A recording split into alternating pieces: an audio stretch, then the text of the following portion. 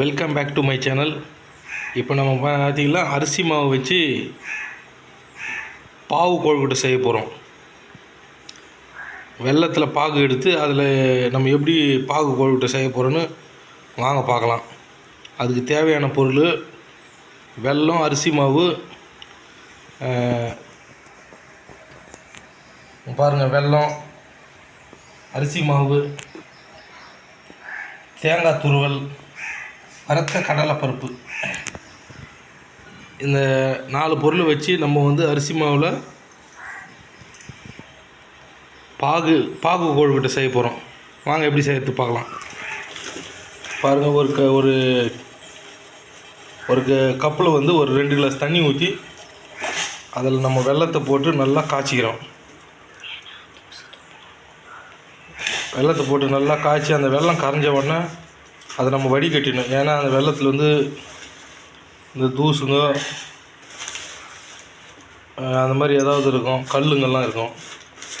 அதனால் அதை நல்லா காய்ச்சி அந்த வெல்லம் கரைஞ்ச உடனே நம்ம வடிகட்டி எடுத்துக்கிறோம். வடிகட்டி எடுத்துட்டு அதுக்கப்புறம் பாகு எடுக்க போகிறோம்.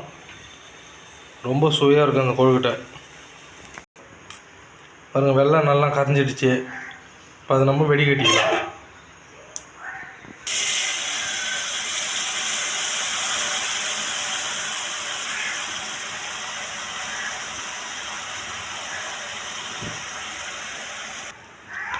அந்த வெல்லம் கரைஞ்ச வெல்லத்தில் இது பாருங்கள் எவ்வளோ டஸ்ட் இருக்குது பாருங்கள்.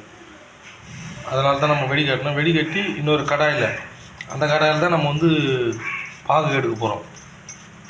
அந்த பாகு எடுக்க போகிற அந்த கடாயில் நம்ம வெடிகட்டி ஊற்றிட்டோம். ஊற்றி அடுப்பு ஆன் பண்ணிட்டோம்.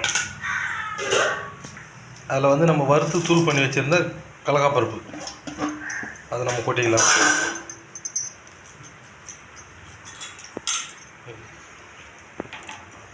தேங்காய் நம்ம சின்ன சின்ன பீஸாக கட் பண்ணி வச்சுருந்தோம்.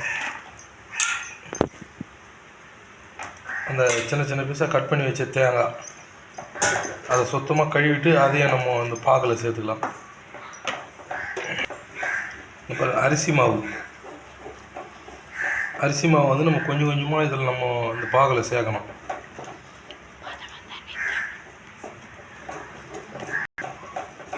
கொஞ்சம் கொஞ்சமாக சேர்க்கணும். அதிகமாக பார்த்தா உடனே கட்டி போட்டுரும். கொஞ்சம் கொஞ்சமாக சேர்க்கணும்.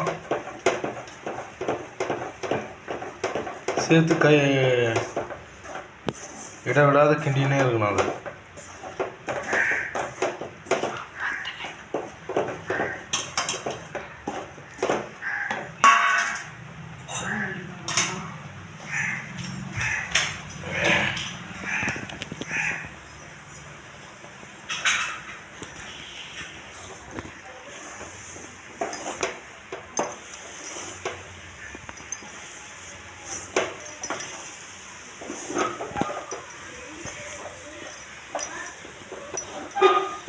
விடாமல் நம்ம கிண்டிக்கினே இருக்கணும்.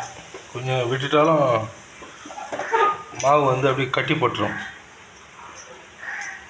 இதுதான் பதம். இதுக்கு மேலே ரொம்ப நம்ம மாவு கொட்டிக்கினே இருந்தோம்னா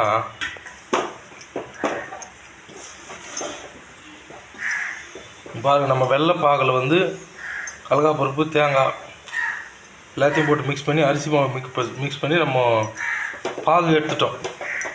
அதஸ்துக்கு எடுக்கிற மாதிரி நம்ம பாகு எடுத்துட்டோம்.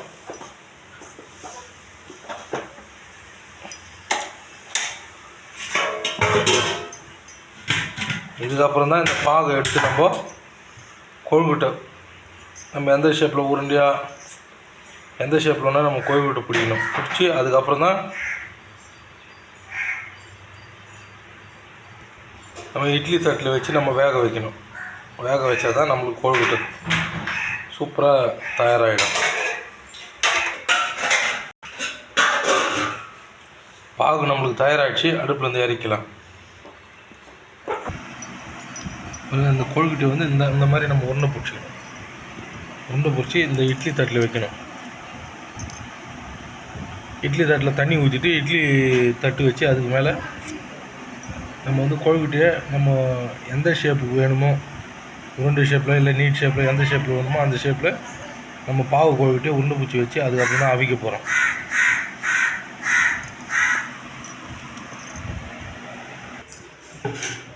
ஒரு பாகு எடுத்ததை வந்து நம்ம உருண்டை பிடிச்சிட்டோம்.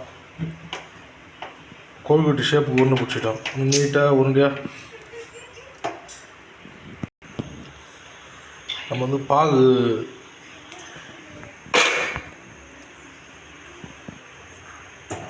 ஒரு இட்லி பாத்திரத்தில் வந்து நம்ம கோழிக்குட்டை பிடிச்சி வச்சுட்டோம். இப்போ இது வந்து பார்த்திங்கன்னா ரொம்ப நேரம் வேக விடக்கூடாது. லோ ஃப்ளேம்லேயே ஒரு 10 நிமிஷம் வெந்தால் போதும். அதை நம்ம மூடி போட்டு வேக வச்சுக்கலாம்.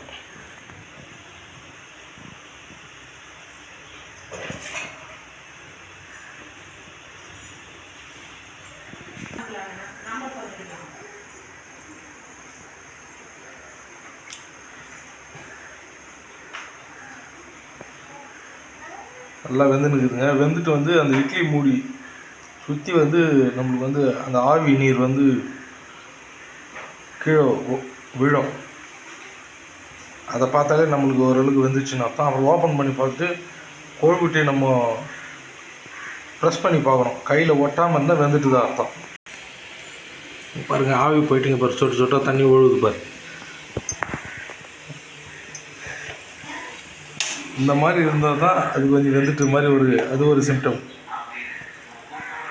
இப்போ 10 நிமிஷம் இல்லை 15 நிமிஷம் ஆயிடுச்சு.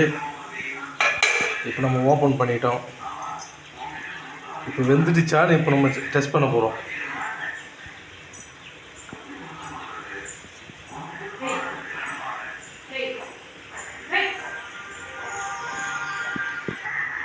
பாருங்கள், வெந்துடுச்சான்னு எப்படி டெஸ்ட் பண்ணோன்னா, ஒரு குச்சி எடுத்து இப்போ ஒரு கோழிக்குட்டியில் செருவி எடுத்தோம்னா அது ஒட்டாத வந்துச்சுன்னா அதான் வெந்துடுச்சுன்னு அர்த்தம். பாகு கோழிக்கிட்ட சூப்பராக வெந்துடுச்சு. இதை இறக்கி கொஞ்சம் நேரம் ஆற வச்சுட்டு அதுக்கப்புறம் ஒவ்வொன்றா எடுத்து வச்சா நல்லா சூப்பரான சுவையான டேஸ்டியான பாகு கோழிக்கிட்ட ரெடி. இது எல்லாருக்கும் பிடிக்கும், எல்லோரும் விரும்பி சாப்பிட்லாம். இதேமாதிரி வீட்டில் நீங்களும் ட்ரை பண்ணி பாருங்கள். இதேமாதிரி எல்லோரும் வீட்டில் ட்ரை பண்ணி பாருங்கள். நம்ம சேனலை லைக் பண்ணுங்கள், ஷேர் பண்ணுங்கள், கமெண்ட் பண்ணுங்கள், சப்ஸ்கிரைப் பண்ணுங்கள். நன்றி.